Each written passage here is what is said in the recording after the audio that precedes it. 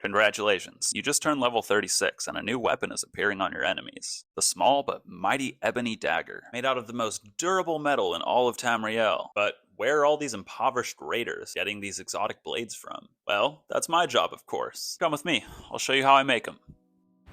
In actuality, I have really no experience making props, like, at all. Specifically painting them, which the success of this project will largely depend upon. And if you look at my video history, you can see that this is my second project I'm painting ever. So, wish me luck. Now, I could have just downloaded one of the many 3D models available on the internet, but I wanted to build this project from scratch, so I decided to sculpt it myself. Sculpting is something I do have a lot of experience in, and I figured it'd be more entertaining and valuable to you to not just watch me download something from the internet and print it. But man, due to my OCD-riddled mind, this was quite a task. As you might know, I'm a jewelry designer, and so I'm very used to spending enormous amounts of time on tiny little details, probably that most people aren't gonna notice. But I wanted to recreate this dagger as faithfully as possible, so I paid close attention to every detail of the model, and man, did this create some work for me. I actually finished the project 3 or 4 times before I saw something and had to go back. And you might actually be wondering why, instead of just 3D modeling this, I'm sculpting it. I thought that 3D modeling is just too perfect. And so in trying to recreate a dagger that was forged by hand, it's not going to be as perfect as a 3D model would give off. So through sculpting it, all the little imperfections will shine through and I think ultimately make a better looking piece, or at least a more realistic one. I guess that wouldn't be objectively better, now would it?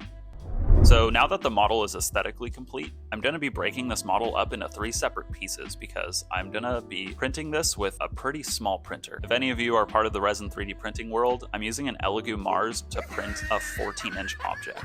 Which sounds insane, but bear with me. I am designing a sort of peg and hole system so that they can attach more cleanly, and more importantly, the dagger will be much more structurally sound. So this ended up taking me a full shift's 8 hours of work, but I'm pleased with the result. Now that it's done, we're going to be 3D printing this bad boy with my resin printer. Because supporting models is my least favorite part of the process, I'm dragging y'all along to suffer with me. The agony. Alright, have you had enough? Maybe think twice about clicking on one of my videos next time, pal. The word pal is so condescending. But yeah, we're all done with that. Now for the best part, bringing this digital model into the physical world. Gotta go to the studio, make it happen. Come on. You guys, I just took a massive L during this print. I don't know if you can see the pain in my eyes. It was going so well. I check on it about 4 hours in, and then I walk away and just barely kick the plug that the printer was connected to. We back at it though. I immediately reran the print, and look how this came out.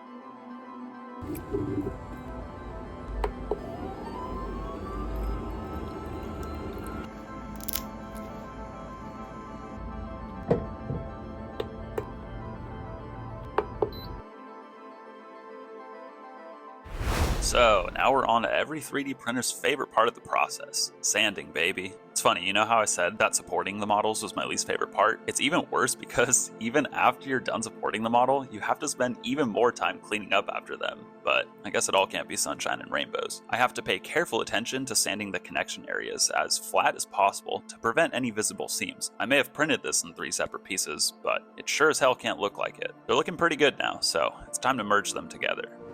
I thought merge would sound cooler than glue, but yeah. Anyways, I'm painting resin over the seams, 1 layer at a time, and then curing them in between to fully merge the whole thing together. No, yeah. We'll stick with glue next time. One thing that I added that I kind of forgot to cover, I actually went in by hand with my rotary tool to drill out all these little holes and scratches. Once the extra resin is sanded down, you really can't tell it was ever 3 pieces. If you can tell, well, I don't know, maybe you should be a dagger inspector or something. But you certainly won't be able to tell after painting. And speak of the devil, the part of the project I've been kind of dreading. I've consulted the Oracle for its wisdom, but my lack of experience still has me worried I might ruin all the hard work we've done so far. We're at least 12 hours into this project. So I did what any rational person would do and didn't touch the project for a week.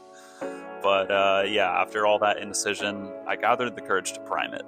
Seeing it in gray somehow gave me hope. It's that much, albeit not much, closer to its final finish. And remember that failed print? It was actually a blessing in disguise because I was able to use it to do a practice run on. This actually made me so much more comfortable than just running in blind. And wow, seeing it in black is such a cool feeling. It's still not nearly finished, but I can see the light at the end of the tunnel now. When I'm painting the detail of the blade, or I guess the dagger as a whole, I'm really thinking about where to concentrate the metallic paints. I have to think about where the dagger sees the most wear, and that's mainly going to be on the edge of the blade. I used a mix of metallic and black paints to get the array of color that makes up the dagger in Skyrim. After many hours of carefully painting, I shockingly didn't derail all the hard work I've done so far. In fact, it came out better than I could have possibly imagined. I guess that means it's time for the grand reveal.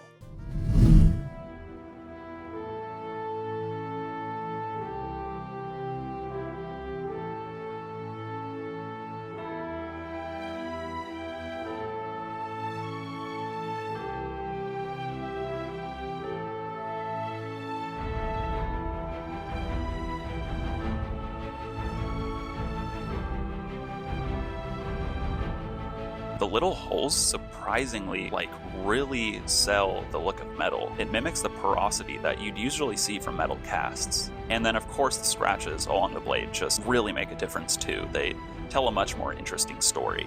You know, this dagger has seen some things. Probably seen the insides of things.